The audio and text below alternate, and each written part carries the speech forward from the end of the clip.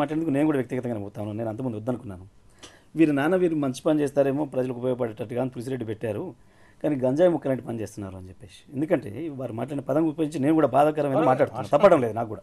ఎందుకనంటే అర్థం కాని ఎవరికి, మీ రాజగోపాల్కా, మీ జేసీ దివాకర్ రెడ్డికా, మీ జగన్కా, ఎవరికి అర్థం కాలే? ఎందుకు చేసినారు? డిసెంబర్ 9 నాడు ప్రకటన వస్తే డిసెంబర్ 10 నాడు ఉదయం 10 గంటలకే మొట్టమొదటి రాజీనామా చేసింది ఎవడు? నీ పార్టీ ఎంపీ, నీ పార్టీ సీనియర్ నాయకులు. దేనికి రాజీనామా చేసినారు? పైన నిర్ణయం చేసింది ఎవడు? డిసెంబర్ 9 నాడు రాత్రి 11 గంటలకు ప్రకటన చేసిన వాడేవాడు. ఎందుకు చేసినారు ప్రకటన?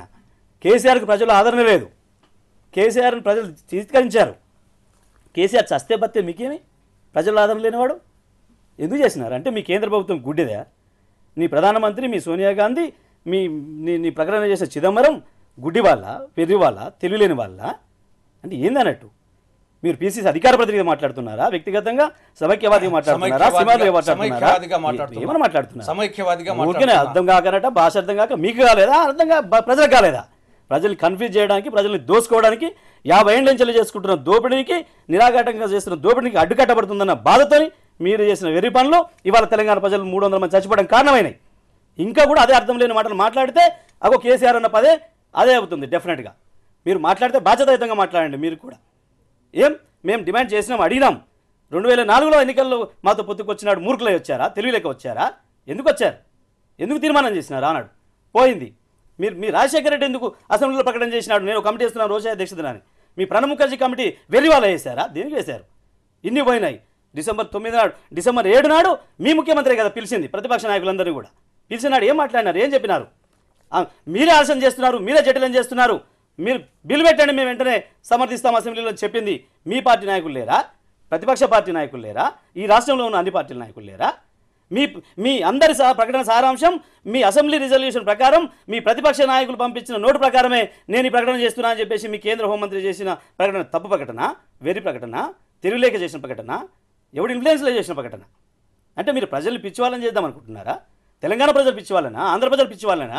మీకు మాత్రమే మాట్లాడుతున్నారు. శ్రీనివాస్ గారు, మీ అహంకారం అది. శ్రీనివాస్ గారు, 9వ తారీఖు ప్రకటన ఏదైతే చేశారో తెలంగాణ రాష్ట్ర ఏర్పాటుకు అనుకూలంగా ఉంది, ఖచ్చితంగా చెప్పాలండి. అది స్పష్టమైన ప్రకటన. అది అర్థం కాకపోతే చేయగలిగింది లేదు, కానీ రాజకీయ పార్టీ నాయకులకి ఖచ్చితంగా అది తెలంగాణ రాష్ట్రానికి ఏర్పరిచే దాని ప్రక్రియలో అనుకూలంగా వచ్చిందనేది స్పష్టంగా తెలుస్తుంది.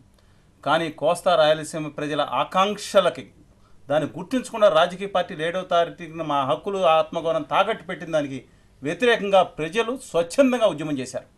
పెట్టుబడిదారుల ఉద్యమం కాదది. ఒక చోట విద్యార్థి మరణిస్తే అతను త్యాగమూర్తిని, ఇంకో చోట మా ప్రాంతంలో విద్యార్థి మరణిస్తే అతను ఇంకో విధంగా చేయడానికి, ముద్రేయడానికి ఒప్పుకోవడానికి వీల్లేదు. మేము మిగతా ఎక్కడైనా త్యాగం చేస్తే అందరికీ ఇవన్నీ గౌరవిస్తాం. అందువల్ల ఖచ్చితంగా మనం చెప్పేది చాలా స్పష్టంగా ఉండాలండి. ఒక వాదంతో మాట్లాడటం వేరు, ఒక నిష్పక్షపాతంగా విషయాలని అధ్యయనం చేయటం వేరు. రెండో విషయం ఏదైతే ఉందో, ప్రజల్లో గత 56 సంవత్సరాల నుంచి వాదం ఉందని ఏదైతే చెప్తున్నారో నేను పదే చెప్పానండి. 72లో జయాంధ్ర ఉద్యమం వచ్చినప్పుడు వాదం ఏమీ లేదు, మా వాదాన్ని తొక్కిపెట్టారు. కానీ వాళ్ళ ప్రజల్లో, ఇక్కడ తెలంగాణ ప్రజల్లో ఉన్న వోకల్ సెక్షన్లో ఎక్కువ మందిలో కనపడుతుంది. వాళ్ళ కోస్తా రాయలసీమ ప్రజల్లో కొంతమంది 99% అన్నారు, సరైనది కాదండి. వాళ్ళు కూడా ప్రజలు వాళ్ళకు అనేక అనుమానాలు ఉన్నాయి, వాళ్ళకి పరిష్కారం కావాల్సిన సమస్యలు అంతే తప్ప 99% కోస్తా ప్రజలు అనుకూలంగా ఉన్నారు ఎరుగనకనే సరైనది కాదు. కొంతమంది ఇప్పుడుకో మా వాదంతో వేకేమించి వాళ్ళు పెరుగుతూ ఉన్నారు. ఖచ్చితంగా ఆకాంక్షను అర్థం చేసుకుంటున్నారు. ఆత్మగౌరవం హక్కులతో కూడిన ఆంధ్ర కావాలనుకుంటున్నారు. ఇలాగ అర్ధరాత్రి చీల్చేస్తే ఎంగిలి మెతుకులతో కూడిన ఆంధ్ర కావాలని ఏ ఒక్కరు కూడా వాంఛించట్లేదండి. తీవ్రంగా ప్రత్యేక ఆంధ్ర కోరుకున్న వాళ్ళు, బుల్లెట్ దెబ్బలు తగిలిన వాళ్ళు కూడా ఉన్నారు ఒంగోలులో కూడా.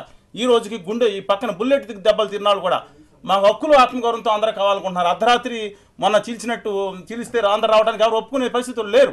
ఇంకొక విషయం స్పష్టంగా చెప్పాలి, ఇవాళ ఎక్కడికి వెళ్తున్నామని మనం ప్రజాస్వామిక వ్యవస్థలో నమ్మకం లేకపోతే వాళ్ళ సివిల్ వార్ అనే ప్రకటనలు ఎక్కడ దారితీస్తున్నాయి? ప్రజల మధ్యన విభేదాలు కల్పిస్తుంది. వాళ్ళ ప్రజలు ప్రశాంతంగా ఉండేటట్టు రాజకీయ కోణంగా మనం ఆలోచన చేసినప్పుడు పదవులు ఎందుకు తీసుకోవాల్సి వచ్చింది? నేను పదవులు తీసుకోను, వాచిడాగ్గా ఉంటాను, తెలంగాణ వచ్చే తర్వాత పదవులు ఎందుకు తీసుకోవాల్సి వచ్చింది? సిపిఎం పార్టీతో ఎందుకు పొత్తు పెట్టుకోవాల్సింది? 2004లో సిపిఎం పార్టీ, సిపిఐ పార్టీ ఏం పెట్టారండి? వాళ్ళు నిస్పష్టంగా మా సమైక్యవాదం చెప్పారు. 42 సీట్లలో కాంగ్రెస్తో పోటీ చేసింది కాకుండా 12 సీట్లలో సిపిఎం, సిపిఐతో పోటీ చేస్తే ఒక్క సీట్లో డిపాజిట్ వచ్చింది, 11 సీట్లో డిపాజిట్ పోయింది. వాళ్ళు సమైక్యవాదంతో పోటీ చేశారు. రాజకీయ వాదాలు వేరు, కానీ ఇవాళ 2000 ఆఫ్టర్ 2009